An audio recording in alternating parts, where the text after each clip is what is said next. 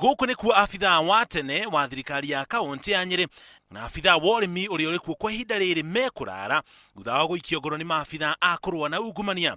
Mũthenya wa rũciũ magathitangwo na ihĩtia rĩa kũhũthĩra ofici ciao harĩ ũhũthĩri wa mũgarũ na watho wa mũigana wa ciringi milioni 3,900.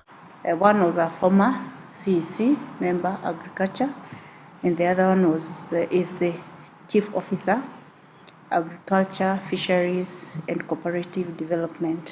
Nĩ makoretwo makĩrũmanĩrĩrwo nao kwa ihinda nĩguo kũmenyeke na kinyi kana nĩ matabanĩtie ihĩtia rĩa ũhũthĩri mũũru wa mbeca cia mũingĩ.